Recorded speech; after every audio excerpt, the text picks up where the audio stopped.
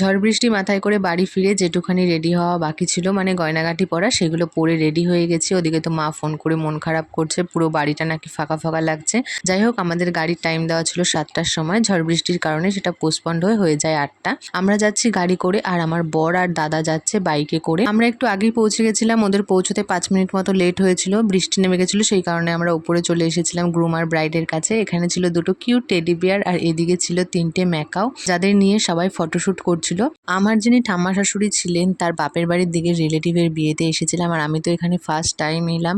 ইতিমধ্যে তো অনেক মানুষের সাথে পরিচয় হয়ে গেছে, যারা আমার কাছে একদমই নতুন। তারপর আমার 2 দেওর মিলে এখানে পাখিগুলোকে নিয়ে ছবি তুলছিল। তারপর আমাদের পুচকুটা আমাকে বললো, আমাকেও নিয়ে চলো, আমিও একটু ছবি তুলবো। পাখিগুলোকে হাতে নিয়ে যেমন খুশি হয়েছিল, তেমনি মনে মনে কিন্তু একটু একটু ভয়ও পাচ্ছিল। বেশ কিছুক্ষণ সবার সাথে গল্প করে তারপর আমরা খাওয়া দাওয়া সেরে নিয়েছিলাম। আর তোমরা তো জানোই যে খাওয়া দাওয়ার ব্লগগুলো আমি আলাদাভাবে পোস্ট করি। চলো তাহলে আজকের মতো মিনি ব্লগটা এখানে এন্ড করছি।